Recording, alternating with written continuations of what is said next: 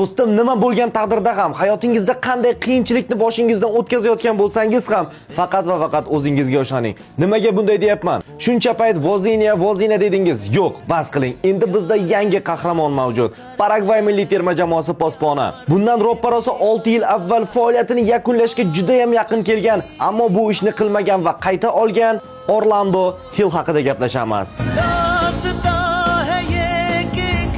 Jahon chempionatining yangi qahramoni 4 yil davomida asosiy tarkibda o'ynamagan va hatto faoliyatini yakunlash haqida ham o'ylagan futbolchi. Paragvay darvozaboni Orlando Hill 2020-yilda jamoasi bilan quyi ligaga tushib ketgan va u yerda zaxira darvozaboni bo'lib qolgan. 4 yil davomida yuqori saviyada birorta ham rasmiy o'yin o'tkazmagan. Keyin esa ijara asosida San Lorenzoga borib, asosiy tarkibdan joy olgan. Bu darvozabon jahon chempionatiga yo'l oldi va bugun Germaniyani musobaqadan chiqarib yubordi. U penaltilar seriyasida 2 ta zarbani qaytardi va uchrashuvning eng yaxshi futbolchisi deb topildi. 26 yoshli posbonning ayni vaqtgacha professional futbolda atiga 76 ta rasmiy uchrashuvi bor. Faqat va faqat o'zingizga ishoning do'stim. Boshqa hech narsa demayman.